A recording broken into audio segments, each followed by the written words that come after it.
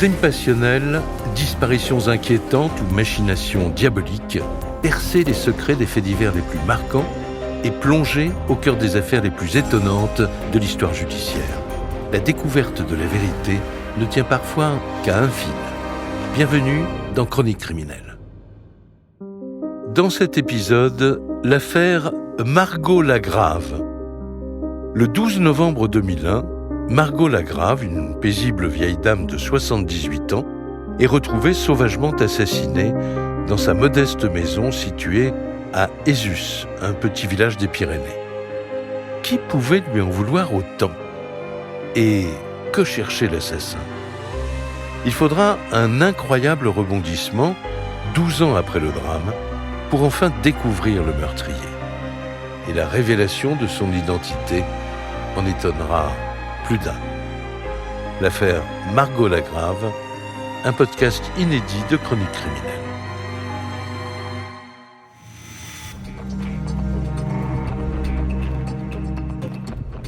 Ezus, un petit village de 700 âmes, niché dans les Pyrénées à mi-chemin entre Pau, capitale du Béarn, et la frontière espagnole.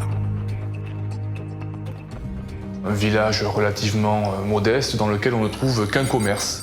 Julien Marco, avocat des parties civiles. Le bistroquet qui fait à la fois bar et commerce alimentaire où l'on se procure les denrées essentielles. Un petit village où le temps semble s'être arrêté depuis de nombreuses années. Thierry Sagardoy-Tau, avocat des parties civiles. Chacun se connaît et on est dans une ambiance quasi familiale. À Ezus, il fait bon vivre. Les habitants coulent des jours paisibles, jusqu'à ce 12 novembre 2001. Ce matin-là, comme tous les jours, Michel commence sa journée de bonne heure. Elle habite le village depuis 30 ans. Alors elle connaît bien ses voisins, notamment Marguerite Lagrave, 78 ans, qui au fil des ans est devenue une bonne amie. Leurs maisons se font face et chaque jour, elles se disent un petit bonjour au réveil. Mais ce matin-là, quelque chose cloche. Mon mari était étonné de voir que les volets de Margot n'étaient pas ouverts. Michel Sarraza, ami de Marguerite. Parce qu'à 8h tous les matins, Margot était levée.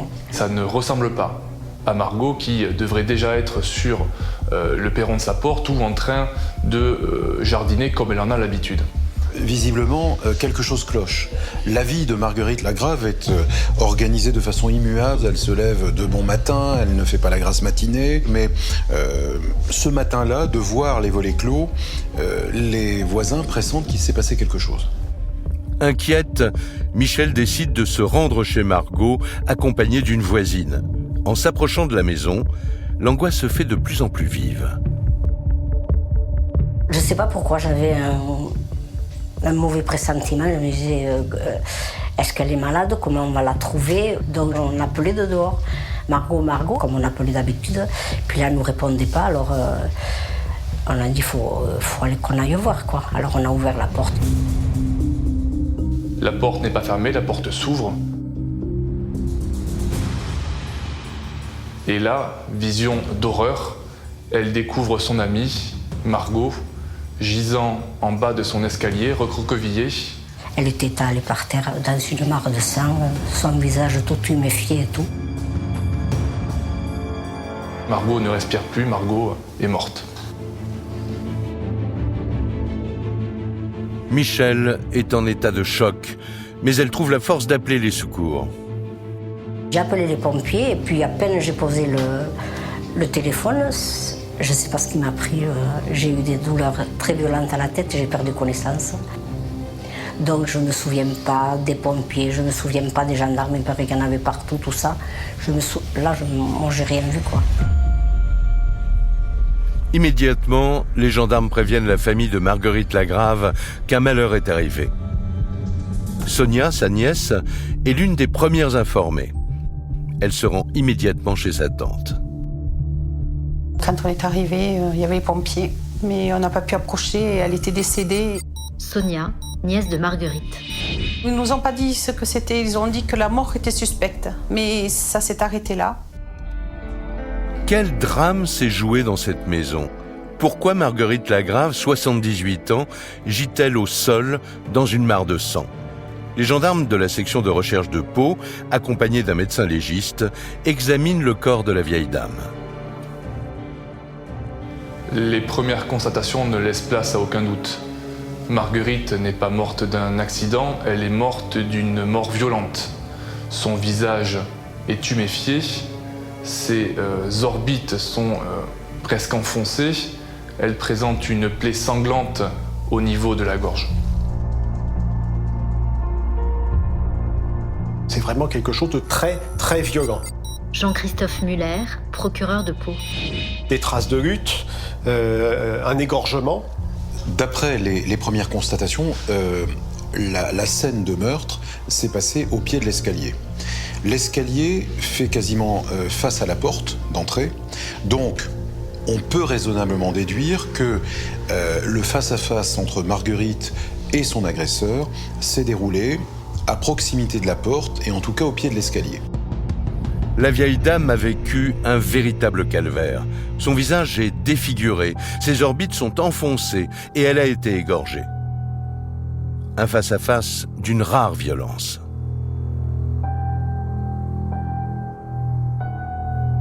Lorsqu'ils apprennent les détails du meurtre, ses proches sont effondrés.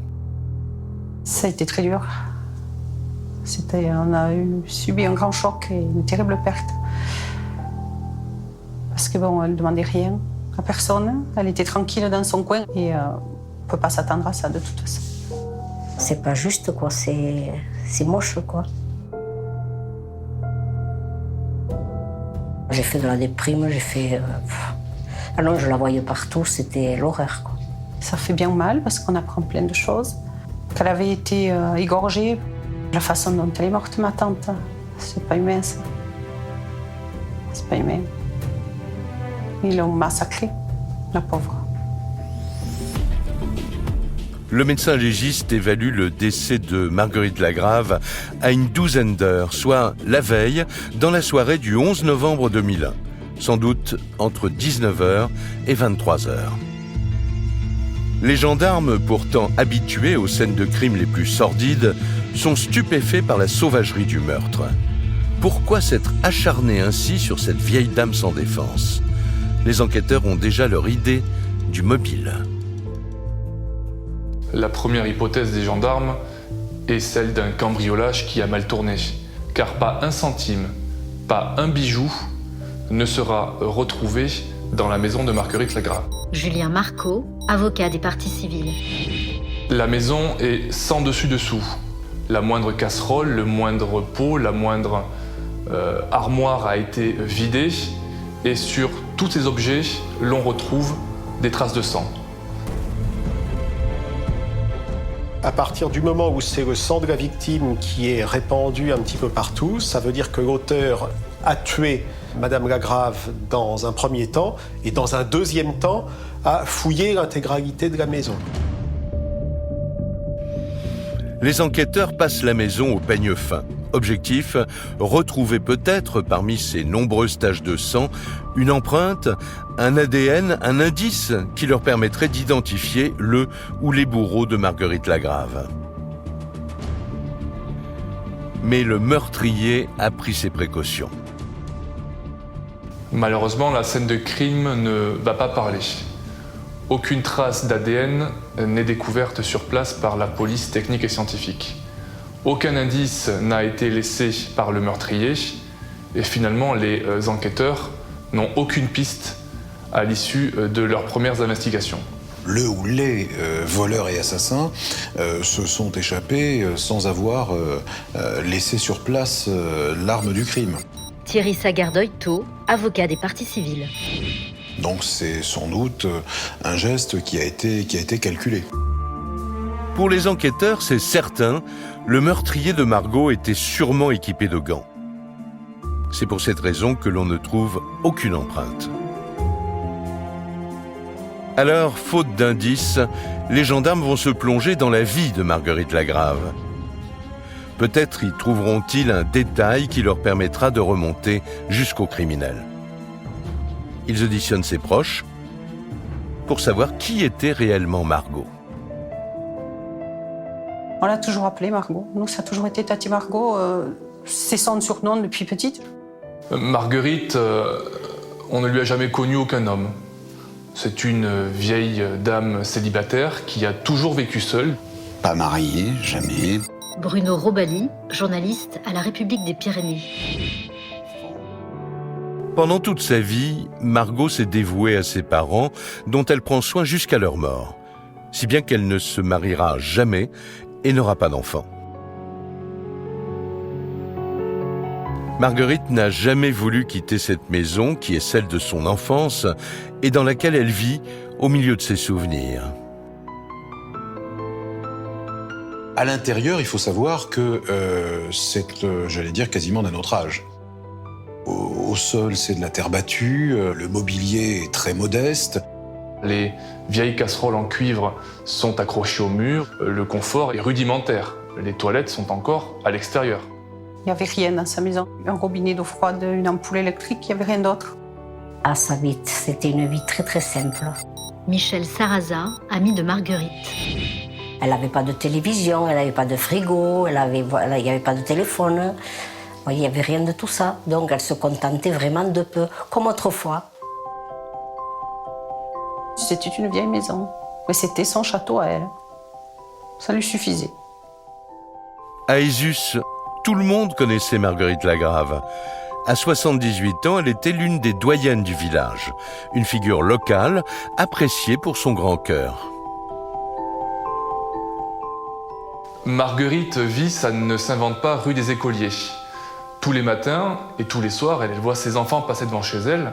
Et le soir, en rentrant de l'école, elle a toujours quelques bonbons à leur distribuer. Donc elle sortait, et pour leur donner des bonbons, pour leur parler un peu.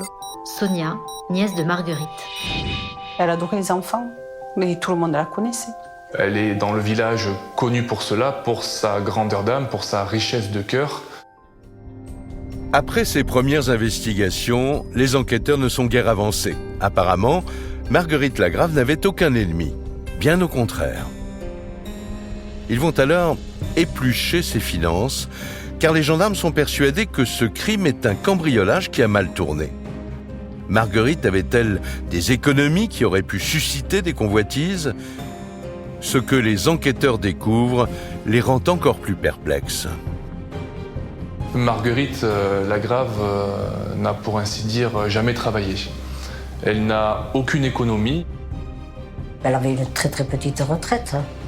Même c'était même pas une retraite, c'était ce qu'on appelle un fonds de solidarité, un truc comme ça. C'est quelques 3000 francs à l'époque que Marguerite s'empressait de retirer en début de chaque mois à la banque postale. On ne peut pas comprendre qu'on cambriole cette maison-là, parce qu'il n'y a rien, mais rien du tout. On a cambriolé la plus pauvre du village d'Aizus. Margot n'avait pas de magot. Tout le monde le savait sur Aizus. Les enquêteurs de la section de recherche de Pau n'en reviennent pas. Un cambrioleur qui jette son dévolu sur l'habitante la plus modeste du village. Ils n'ont jamais vu ça. Mais aucun autre mobile ne se dessine. Pourquoi vouloir du mal à cette vieille dame si ce n'est par appât du gain ? Pour le savoir, les gendarmes doivent retrouver ce meurtrier sans scrupules. Mais très vite, ils se heurtent à un problème. Comme la victime n'avait pas de chéquier, pas de carte bleue, on ne va pas retrouver ensuite éventuellement l'utilisation de son chéquier et de sa carte bleue. Jean-Christophe Muller, procureur de Pau. Évidemment pas de vidéosurveillance, on est dans un tout petit village de montagne. Les gendarmes sont coincés. Ils n'ont pas la moindre piste, pas le moindre indice pour mettre la main sur le criminel. Leur seul espoir, que quelqu'un du voisinage ait vu quelque chose. On est dans une rue dans laquelle les gens sont quasiment en vis-à-vis. Donc les enquêteurs espèrent sans doute que derrière un volet, quelqu'un a vu une ombre, a vu une personne qui n'avait rien à y faire. Bref, le petit détail qui va déclencher le déclic. Les gendarmes commencent leur enquête avec Michel, qui habite juste en face de chez Marguerite. Donc, elle a peut-être remarqué quelque chose d'anormal le soir du meurtre. Rien. Bon, il fait nuit tôt, on ferme les volets. Une fois que vous avez les fermés volets, les fenêtres, la télé allumée, vous n'entendez rien.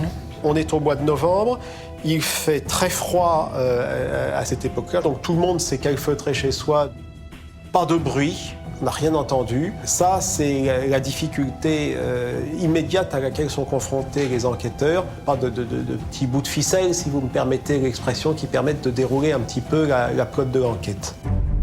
Les gendarmes élargissent alors leur zone de recherche. Ils font du porte-à-porte autour du domicile de Marguerite Lagrave. Tous les voisins sont entendus et leurs efforts vont payer. Et on va tenir une piste. Une Golf noire à liseré rouge a été aperçue la veille des faits par une voisine de Marguerite Lagrave. Julien Marco, avocat des parties civiles. Semblant faire du repérage devant sa maison. Les gendarmes tiennent enfin un indice, une voiture noire qui aurait tourné autour de chez Marguerite le soir du meurtre, comme si quelqu'un était en repérage. Étrange coïncidence. Les enquêteurs se mettent immédiatement à la recherche du conducteur. Les gendarmes épluchent, regardent toutes les voitures qui correspondent aux descriptions faites par les voisins. Ils vont retrouver l'identité de tous les propriétaires de Golf noir du département et vont les croiser avec l'identité des habitants d'Aizus. Un nom va apparaître, un nom va en sortir, celui de Karine Barbour. L'enquête avance enfin. Les gendarmes ont un nom, Karine Barbour. Elle est propriétaire d'un véhicule identique à celui aperçu près de chez Marguerite. 4 jours après le meurtre, c'est la première fois que les enquêteurs ont un début de piste. Alors ils ne perdent pas de temps, ils se rendent au domicile de cette femme pour la questionner. Mais ils vont être déçus. Karine Barbour va très vite être interrogée par les gendarmes et leur fournira en quelque sorte un alibi puisqu'elle dira que le jour des faits, elle était avec son mari, avec ses enfants, dans son logement situé sur la commune d'Oloron à quelques kilomètres de là. Donc a priori, elle a un semblant d'alibi. En tout cas, rien ne permet aux enquêteurs Thierry Sagardoy-Taux, avocat des parties civiles. de s'intéresser davantage à elle. La seule piste des enquêteurs vient de s'effondrer. La femme a un alibi. De plus, elle n'a pas le profil. C'est une mère de famille qui mène une vie tranquille. Les gendarmes interrogent alors les autres propriétaires de Golf noir correspondant à la description, mais rien ne colle. Une semaine après le meurtre de Marguerite Lagrave, l'enquête est donc au point mort. Les gendarmes reprennent alors leurs investigations et cette fois, ils partent dans une nouvelle direction. L'hypothèse prioritaire des enquêteurs est qu'elle aurait ouvert cette porte à une personne dont le visage lui était familier. Pourquoi ? Il n'y a pas de trace d'effraction sur la fenêtre principale. Visiblement, la porte n'a pas été forcée. Il faut donc en déduire qu'un individu s'est présenté à la porte. À ce moment-là, elle a sans doute ouvert en toute bonne foi. Elle n'ouvre pas facilement la porte, sauf à ceux qu'elle connaît. C'était une femme qui était très prudente, elle fermait à clé tout le temps, quoi. Michel Sarraza, ami de Marguerite. Donc, quand elle a ouvert la porte, c'est qu'elle connaissait celui à qui elle a ouvert. Et en plus, il faisait nuit, quoi. Ah non, elle n'aurait pas laissé sa porte ouverte, non, ça c'est sûr. Les enquêteurs vont alors cibler leurs recherches parmi les proches de Marguerite Lagrave. Donc on va chercher ce qui se passe dans le cercle familial. Est-ce que dans cet entourage, il y a des gens avec lesquels elle était en bon terme, en mauvais terme?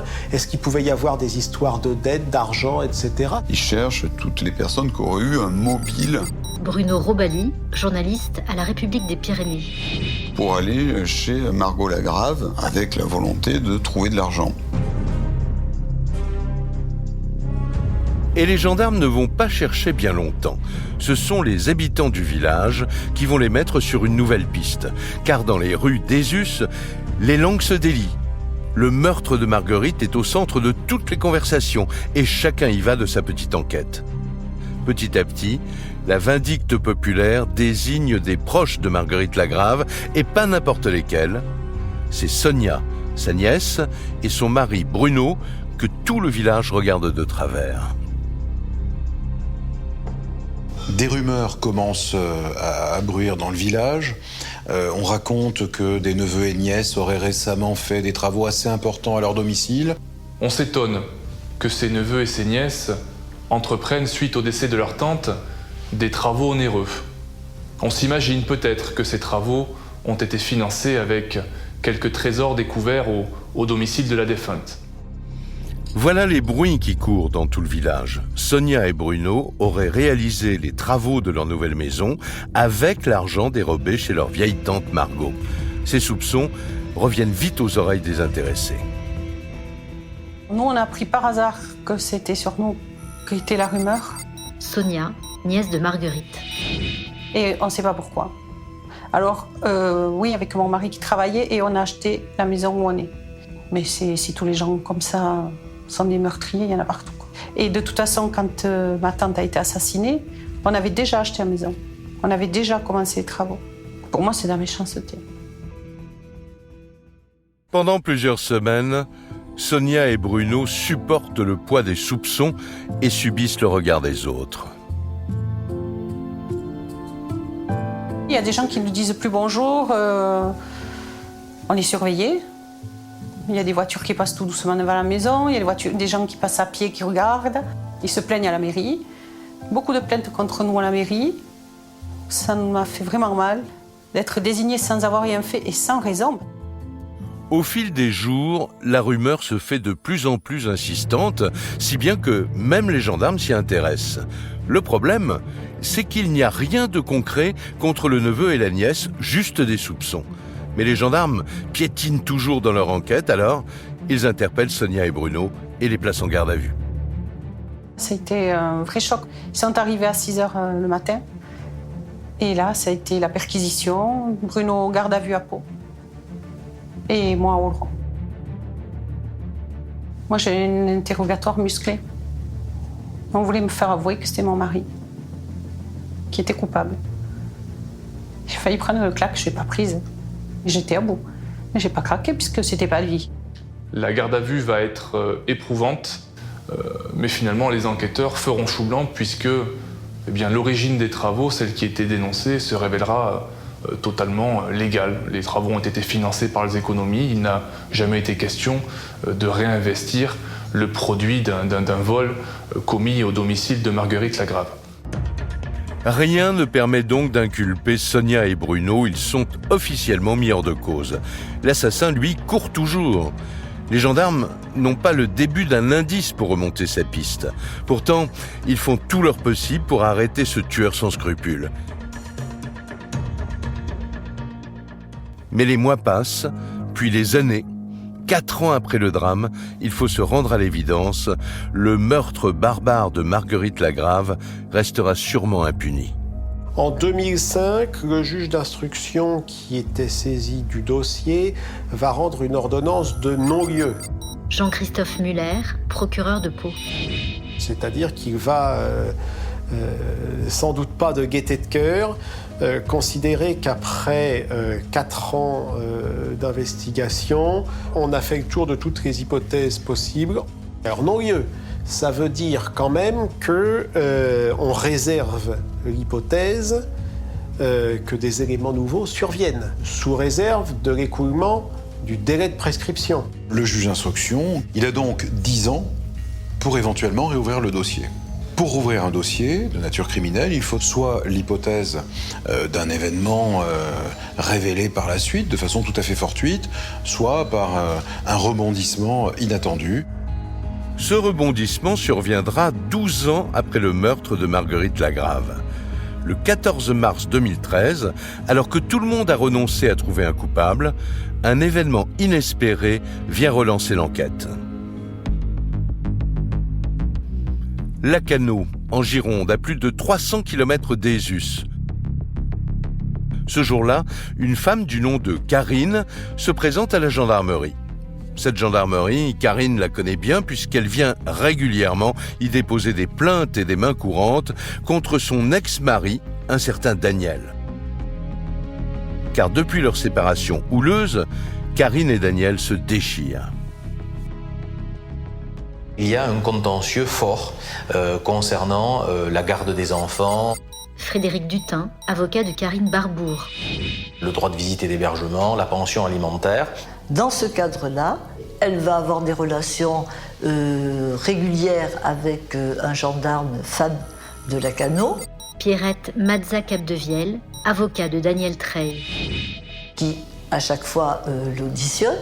Et elle va petit à petit parler à ce gendarme. Et notamment lui parler de son ex-mari, dire qu'elle est terrorisée par cet homme, que cet homme l'a menacée. Cette Karine raconte que la veille au soir, son mari se serait montré encore plus menaçant que d'habitude. Il lui dit, si tu continues, moi je vais te tuer et je vais te faire ce que j'ai fait à la vieille. Et elle explique bien sûr qu'ils étaient à Ésus à l'époque et qu'elle a des soupçons puisque effectivement il y avait une vieille qui avait été tuée à l'époque. La gendarme de Lacanau ne laisse rien paraître, mais elle enregistre immédiatement l'information. Une vieille dame tuée il y a plus de 10 ans à Ésus. L'histoire ne lui dit rien, mais elle fait le nécessaire. Cette gendarme appelle ses collègues à Pau pour essayer de savoir si éventuellement, 10-12 ans avant, une personne âgée aurait été tuée dans des conditions violentes, dans la zone qui était la leur, Oloron, Ésus. Thierry Sagardeuil-Thau, avocat des parties civiles. Les gendarmes font de rapides recherches et se rendent compte qu'effectivement, en novembre 2001, un crime non élucidé a été commis et que l'enquête est clôturée depuis 2005. Ce crime, c'est celui de Marguerite Lagrave, une histoire enterrée depuis près de 12 ans. Mais les gendarmes restent prudents. Une femme qui accuse à tort son mari pour avoir la garde des enfants, ce ne serait pas la première fois. Mais certains détails vont vite les persuader que cette Karine Barbour dit peut-être vrai. Madame Barbour, quand elle parle à cette gendarme, elle donne des éléments très précis, qui correspondent parfaitement, notamment sur la manière dont Madame Lagrave a été agressée. Et ces éléments-là orientent immédiatement, enfin donnent du sérieux, donnent du poids et donnent du crédit tout de suite à ces accusations. On constate que les informations qui ont été données par Karine Barbour sont des informations qui ne pouvaient être connues que par celui qui aurait participé au meurtre. Jamais la presse Bruno Robali, journaliste à la République des Pyrénées. n'a évoqué les précisions qu'elle donne à cette gendarme. Un exemple, le meurtrier a enfoncé ses doigts dans les orbites de Margot Lagrave. Donc, seule une personne proche des faits peut savoir cela, parce que ça n'a pas transpiré. Or, c'est une révélation que fait Karine Barbour. Le détail fait tilt. Comment cette femme, à plusieurs centaines de kilomètres de distance, Julien Marco, avocat des parties civiles. peut-elle être informée de détails qui ont été tus jusqu'à présent? Les enquêteurs sont stupéfaits. Et ils le sont d'autant plus lorsqu'ils comprennent que cette Karine est la fameuse Karine qu'ils avaient auditionnée 12 ans plus tôt, après que des voisins ont signalé sa voiture, une Golf noire à liseré rouge, en train de rôder le soir des faits autour de la maison de Marguerite Lagrave.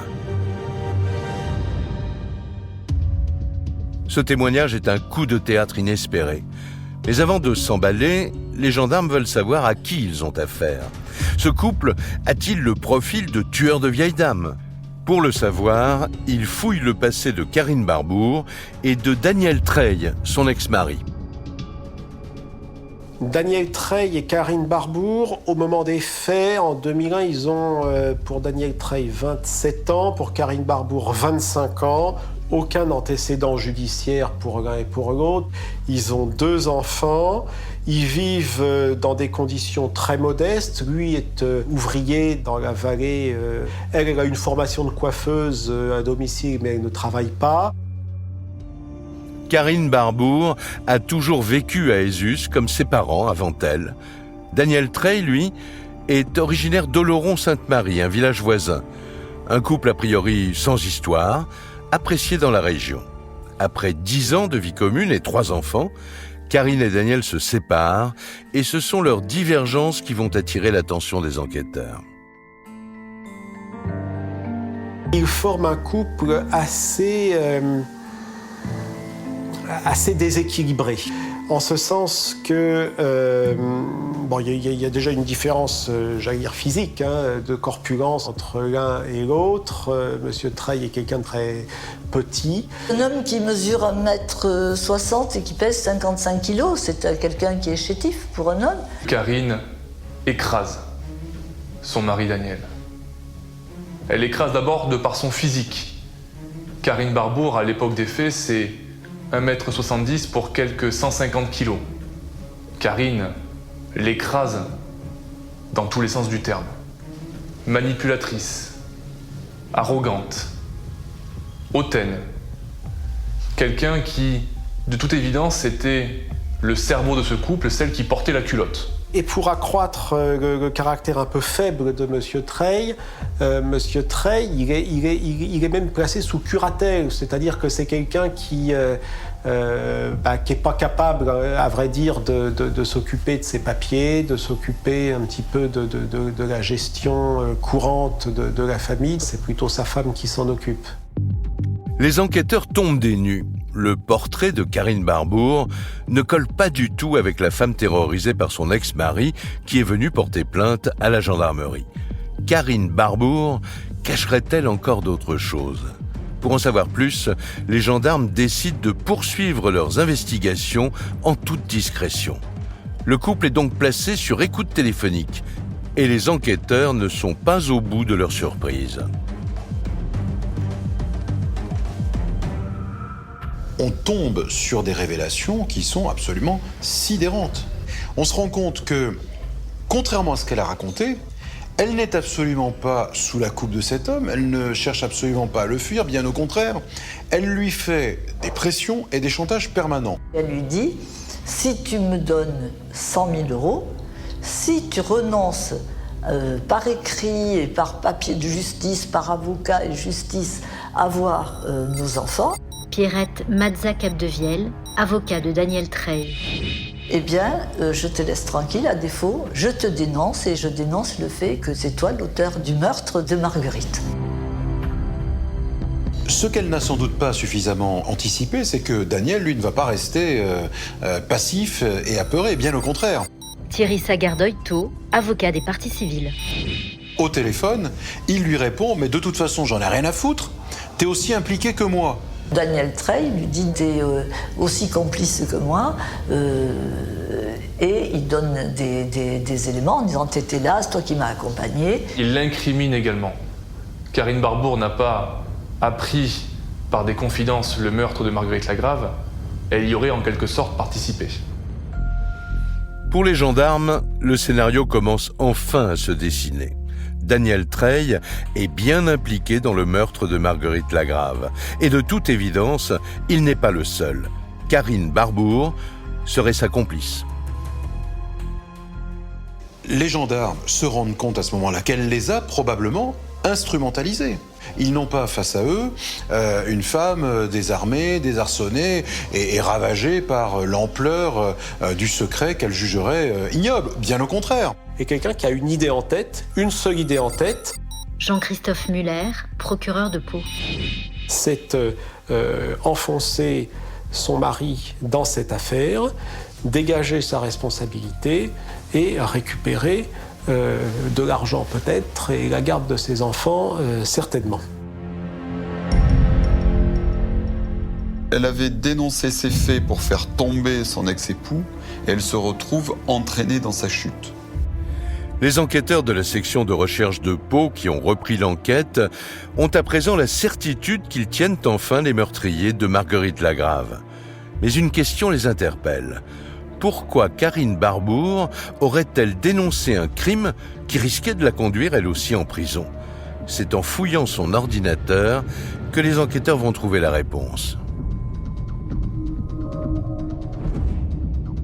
Elle s'est renseignée sur Internet, sur toutes les questions de prescription, pour voir à quel moment le meurtre était prescrit. Elle essaie d'avancer assez prudemment avant de faire un pas officiel, je dirais, à savoir se confier à la gendarmerie. Elle sait qu'un crime se prescrit par 10 ans. Ce qu'elle ne sait pas en revanche, parce qu'elle n'a pas poussé assez loin ses recherches, c'est que la prescription ne court qu'à compter de l'ordonnance de non-lieu. L'ordonnance de non-lieu date de 2005. La prescription aurait été acquise en 2015. Lorsqu'elle se confie aux gendarmes de Lacanau, c'est malheureusement 3 ans trop tôt. Et elle va le payer comptant. Des recherches sur Internet suspectes, des écoutes téléphoniques accablantes. Les gendarmes ont désormais suffisamment d'éléments à charge contre Daniel Treille et Karine Barbour. Le procureur ordonne leur arrestation et leur placement en garde à vue. Le 10 septembre 2013, les gendarmes auditionnent les suspects. Ils espèrent enfin avoir la réponse aux questions qu'ils se posent depuis 12 ans. Qui sont ces meurtriers capables de tuer une vieille dame sans défense? Et surtout, pourquoi ont-ils jeté leur dévolu sur Margot à la vie si simple? C'est Daniel Treille qui est interrogé le premier. Daniel Treille va très vite passer des aveux complets. Oui, il est l'auteur du meurtre de Marguerite Lagrave. Il va accepter de donner tous les détails dont il se souvient. Pour les gendarmes, c'est une première satisfaction. Ils tiennent enfin le meurtrier de Marguerite Lagrave. Mais ils veulent maintenant connaître son mobile. Et l'explication qu'il donne va atterrer les enquêteurs. Il explique qu'à cette époque, la famille Treille-Barbour et leurs enfants rencontrent quelques difficultés financières. Julien Marco, avocat des parties civiles. Qu'ils ont acheté une petite maison dans le domaine d'Eisus et que, en faisant des travaux de rénovation, ils ont découvert un bas de laine renfermant quelques milliers de francs. Ils avaient trouvé, caché, Frédéric Dutin, avocat de Karine Barbour. une espèce de magot qui avait été abandonné par l'ancien propriétaire. On est un ancien franc, mais de l'ordre de 30 ou 40 000 francs. Ce magot, découvert par hasard, est une aubaine pour Daniel Treille et Karine Barbour. Ils le dilapident très vite car leur situation financière est désastreuse. Sitôt le dernier sou dépensé, ils cherchent le moyen de s'en procurer d'autres.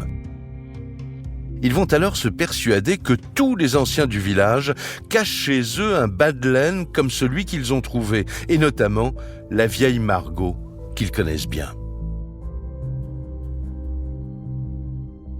On est manifestement dans cet imaginaire, dans cette image d'une vieille personne à la campagne qui a économisé petit à petit toute sa vie et qui, au lieu de le placer à la banque, a placé son argent dans une espèce de bas de laine entre deux draps ou caché dans un trou de la maison. Et l'idée a germé dans leur esprit tordu que la plus pauvre du village, à savoir Marguerite Lagrave, Margot, que celle-ci était peut-être la plus riche, qu'elle était peut-être proportionnellement aussi riche qu'elle n'en paraissait pauvre. Et l'idée va germer de la cambrioler. Daniel Treille va expliquer qu'en fait, Marguerite Lagrave a été choisie par Karine Barbour, qui la connaît, puisque Karine Barbour a habité avec ses parents à Eisus lorsqu'elle était enfant et jeune fille. Elle sait que cette maison est habitée par une vieille dame. Elle sait que la victime n'opposera aucune résistance.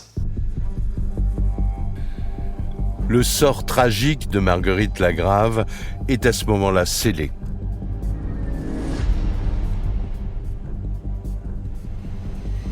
Selon Daniel, c'est Karine qui aurait désigné leur victime. Les enquêteurs veulent justement connaître sa version de l'histoire. Ils l'interrogent à son tour dans la salle d'à côté, mais elle est catégorique.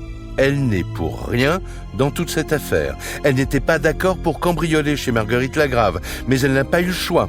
Son mari l'aurait forcée à l'accompagner. Karine Barbour dit « J'ai été battue ». En dépit de nos différences physiques, oui, j'ai été une femme qui a été battue. C'est un homme qui buvait et qui pouvait être violent dans ces circonstances.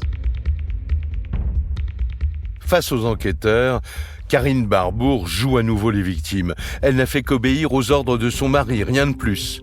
Une version qu'elle maintient tout au long de sa garde à vue. Les enquêteurs poursuivent alors l'interrogatoire de Daniel Treille, qui se montre décidément plus bavard. Et il continue d'accabler son ex-femme. Il la désigne comme le cerveau de cette funeste soirée du 11 novembre 2001. Daniel Trey raconte assez rapidement que dans cette journée du 11 novembre 2001, Thierry Sagardoy-Taux, avocat des parties civiles. il y aurait eu un repas un peu alcoolisé et donc Karine l'aurait chauffé en lui disant, tu sais, on a des grosses difficultés financières. Karine Barbour, comme d'habitude, nous dit-il, va lui pourrir la vie, à lui dire on n'a pas d'argent, il faut qu'on fasse ce cambriolage, je suis sûre qu'elle a de l'argent, on risque rien. Pierrette Mazza-Capdevielle, avocat de Daniel Trey. Et dans l'après-midi, ils vont, entre guillemets, repérer les lieux. Et ils vont passer devant chez Marguerite. Elle va lui dire, voilà, tu descendras là, tu iras chez elle. Et puis moi, je continue, je vais en haut de la côte de l'école, je t'attends là. Et ensuite, on repart dès que tu as trouvé ce qu'il faut. Une fois les repérages terminés, Daniel Trey et Karine Barbour rentrent chez eux à Oloron, à 7 km d'Ezus.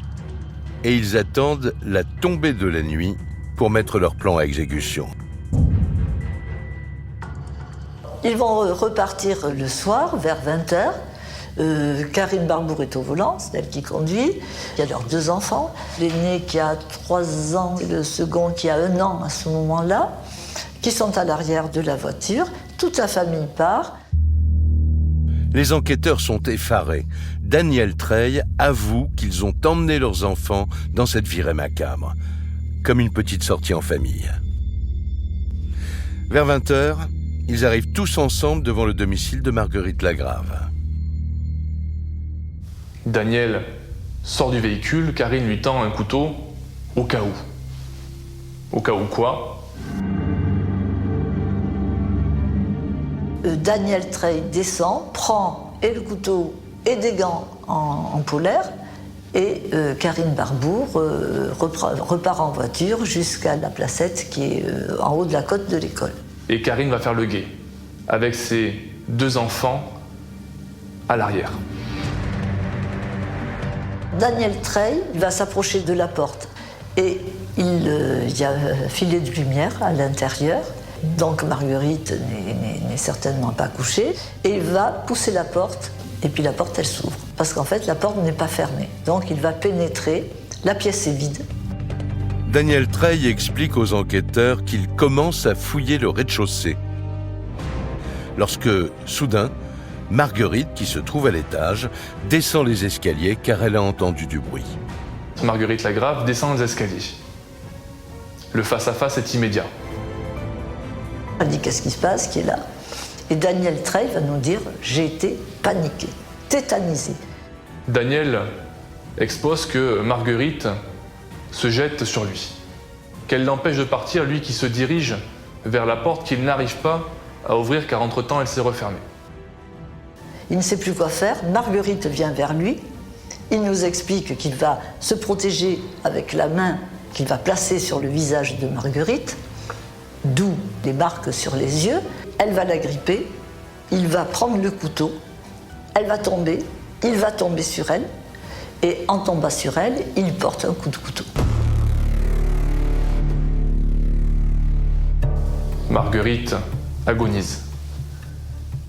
Et Daniel va finalement faire ce qu'il était venu faire. Julien Marco, avocat des parties civiles. Il va enjamber le cadavre de cette vieille femme qui se vide de son sang. Il va fouiller de longues minutes durant l'intégralité du domicile de Margot et va retourner chacun des objets qui la composent. Mais Daniel Trey prétend être reparti les mains vides, car selon lui, Marguerite n'avait ni économie ni objet de valeur. C'est donc bredouille qu'il aurait retrouvé sa femme. Karine Barbour attend son mari un peu à l'écart dans la fameuse Golf noire avec liseré rouge. Jean-Christophe Muller, procureur de Pau. Lorsque Daniel Trey ressort de la maison, elle le récupère en voiture. Il lui dit que ça s'est mal passé, que Marguerite Lagrave est morte. Et puis ils vont rentrer chez eux. Et ils vont vivre avec ça sur la conscience sans la moindre difficulté pendant plus de 10 ans. L'enquête avance cette fois à pas de géant. Les gendarmes ont désormais des aveux détaillés, précis, Mais il reste une zone d'ombre. Daniel Treille jure qu'il venait juste commettre un cambriolage et qu'en aucun cas il ne voulait la mort de Marguerite Lagrave. Une version qui est loin de convaincre les enquêteurs. Il n'est pas cagoulé. Or là, en venant à visage découvert, en étant reconnaissable par elle, il prenait le risque que Marguerite le dénonce, sauf s'il la tuait. Selon les enquêteurs, Daniel Treille aurait dès le départ envisagé de tuer Marguerite Lagrave. Et cela change tout, car il y aurait alors préméditation, et la peine encourue n'est pas la même. Il reste une autre interrogation majeure. Daniel Treille est-il, comme il l'affirme, réellement reparti bredouille de chez Marguerite Lagrave? Les gendarmes n'y croient pas. Daniel Treille a toujours nié Bruno Robali, journaliste à la République des Pyrénées. avoir volé quelque chose chez Margot Lagrave. On n'a pas trouvé sa pension. Quand elle va en ville, elle retire sa pension complète. Elle laisse rien à la banque. Sonia, nièce de Marguerite. Donc elle ramène tout chez elle. Donc on était le 11 du mois, autant dire qu'elle venait d'y aller. Donc de toute façon, de l'argent, ils en ont trouvé. Donc tout milite en faveur d'un vol crapuleux, d'autant que l'étude des comptes bancaires du couple Treille-Barbour permettra de découvrir que durant les semaines ayant suivi, il n'y avait finalement que très peu de prélèvements sur leur compte bancaire et on peut imaginer qu'ils ont vécu des quelques dizaines, centaines de francs qu'ils avaient réussi à dérober à Margot. Pendant les 48 heures de garde à vue, les enquêteurs questionnent inlassablement Daniel Treille. Mais le suspect n'en démord pas. C'était un cambriolage qui a mal tourné, rien d'autre. Les enquêteurs n'en sauront pas plus. En revanche, ils obtiennent une information inespérée. La localisation de l'arme du crime, ce couteau avec lequel Daniel Treille a égorgé Marguerite Lagrave et qui n'a jamais été retrouvé. Daniel va indiquer lors de sa garde à vue que ce couteau, il s'en est débarrassé en le donnant à un de ses meilleurs amis. C'est un cadeau empoisonné. Pierrette Mazza-Capdevielle, avocat de Daniel Treille. Mais l'idée, nous dit-il, vient de Karine Barbour. Et Karine Barbour ne supporte pas ce garçon. Un plan machiavélique. Karine aurait eu l'idée d'offrir l'arme du crime à un de leurs amis. Ainsi, c'est lui que les gendarmes accuseront si le couteau est retrouvé. Elle va avec lui pour remettre ce cadeau à cet ami qui va le conserver précieusement parce qu'il a le goût des couteaux et il va le placer sur sa cheminée où il va rester pendant plus de 10 ans.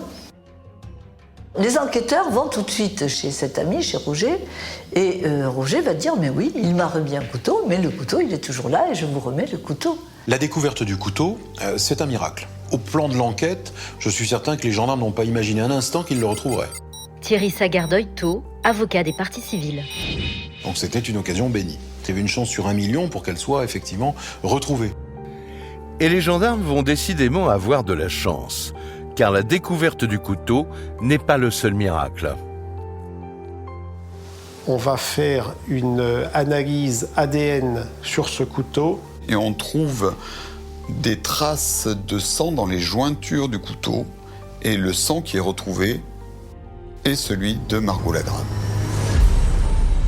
Les enquêteurs n'en reviennent pas. Ils ont retrouvé l'ADN de la victime sur l'arme du crime 12 ans après les faits. Pas de traces en revanche de l'ADN du meurtrier. Mais qu'importe, les aveux sont là. À l'issue de la garde à vue, Daniel Treille et Karine Barbour sont mis en examen et incarcérés à la maison d'arrêt de Pau. Dans la vallée, l'affaire fait grand bruit. La presse régionale titre sur le meurtre d'Esus, enfin résolu. Les habitants du village sont stupéfaits de découvrir l'identité du meurtrier et de sa complice. Tout le monde les connaissait et personne ne les avait jamais soupçonnés. Le jour où on a découvert que dans le journal qu'il y avait les meurtriers, d'abord je n'y ai pas cru. Elle, on la connaissait, on l'a vraiment connue, elle avait 12 ans. Alors déjà, un inconnu, c'est difficile, mais alors, des gens connus, C'est choquant. Parce qu'on ne peut pas imaginer. On ne peut pas imaginer que quelqu'un puisse faire ça. Jamais j'aurais pensé que c'était lui. Il avait l'air tout gentil, il s'arrêtait devant chez Margot, elle donnait des bonbons aux enfants. Michel Sarraza, ami de Marguerite. Mais de là à aller l'assassiner, c'est notre paire de manches. Hein. On ne peut plus faire confiance à personne, il faut se méfier de tout le monde. Rester loin. Voilà ce qu'on a appris. Dans le village, tout le monde est impatient de connaître le sort que la justice réserve à Daniel Treille et Karine Barbour. Le procès s'ouvre le 27 novembre 2015 devant la cour d'assises des Pyrénées-Atlantiques. Les habitants d'Ezus sont venus nombreux. Cela fait près de 15 ans qu'ils attendent de voir les bourreaux de Marguerite Lagrave dans le box des accusés. Et l'enjeu est primordial. Karine Barbour, présentée par son complice comme le cerveau de l'affaire, continue de nier. Va-t-elle craquer pendant le procès ? Daniel Treille, lui, a toujours reconnu le meurtre de Marguerite Lagrave, mais il maintient que son geste n'était pas prémédité. Sa version va-t-elle convaincre les jurés ? Si l'assassinat est retenu, il risque la perpétuité. Karine Barbour, toute sa ligne de défense était de dire « Moi, je ne suis pour rien là-dedans. Voilà, c'est lui qui est entré dans la maison et c'est lui qui a tué Madame Lagrave. » Elle n'est peut-être pas pénalement responsable du meurtre de Margot. Julien Marco, avocat des parties civiles. Mais moralement, l'entière responsabilité lui incombe. Sur cette histoire, il faut éviter les amalgames. Sans Karine Barbour, il n'y a peut-être pas de tentative de cambriolage. D'accord. Frédéric Dutin, avocat de Karine Barbour. Mais c'est pas parce que Karine Barbour est dans la voiture que tout l'aspect criminel, sordide, sanguinolent, je serais tenté de dire, des faits, Karine Barbour n'y est strictement pour rien. Tout au long du procès, les accusés restent campés sur leur position. Mais si Daniel Treille évoque avec émotion la mort de Marguerite Lagrave, Karine Barbour, elle, reste impassible. Le côté désagréable de Karine Barbour est apparu au grand jour. Bruno Robali, journaliste à la République des Pyrénées. Cette personnalité, en Béarn, on dit cabourute, forte tête, qui sort sa version avec un aplomb terrible. Et d'un côté, Daniel Treille qui est un peu plus en retrait. Au terme d'un délibéré de 2 heures, les jurés rendent leur verdict. Daniel Treille est condamné pour meurtre précédé ou suivi de vol avec arme. La préméditation n'est pas retenue. Il écope de 20 ans de réclusion. Karine, quant à elle, est condamnée pour simple complicité de tentative de cambriolage à 13 ans de réclusion. Elle fait appel du verdict et verra sa condamnation réduite à 10 ans de prison. Pour la famille de Marguerite Lagrave, le verdict n'apaisera jamais la perte de leur Margot. Heureusement, c'est pas à nous à juger. Parce que sinon, c'est perpétuité qu'elle aurait pris. Et qu'ils auraient pris, pardon. Sonia, nièce de Marguerite.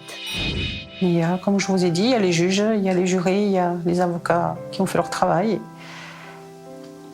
Nous, on n'a rien à dire. Elle faisait de mal à personne, hein. Elle n'a jamais fait de mal à personne. Elle prenait toujours part à nos petits malheurs et tout, quoi.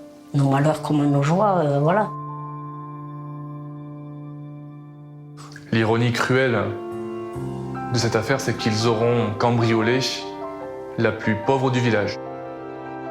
C'était cette vieille dame rue des Écoliers sur son perron qui distribuait des bonbons aux enfants. Et cette femme, lorsqu'on la retrouvera, égorgée, morte dans des conditions d'une violence inouïe, cette femme, dans sa poche, avait encore un bonbon. Maintenant, c'est fini. On sait qui c'est, on sait pourquoi. Donc, ils sont punis. Mais elle est punie pour toute la vie.